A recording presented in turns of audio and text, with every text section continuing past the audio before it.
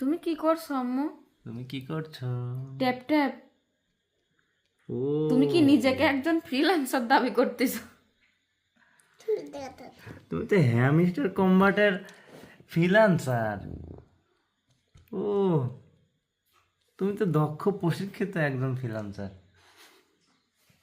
তুমি hamster combat খুব দক্ষতার সঙ্গে সম্পন্ন করতেছো। ওয়াও। রায়া এখন কি করে? রায়া এখন ফ্রিল্যান্সার। ও কত টাকা পাইছো এখান থেকে? হ্যাঁ, কত টাকা পাইছো? তুমি এটা কিভাবে শিখলে? কে শিখাইছে তোমার? ছাত্র করেছে জানে জানে এমন করেছে।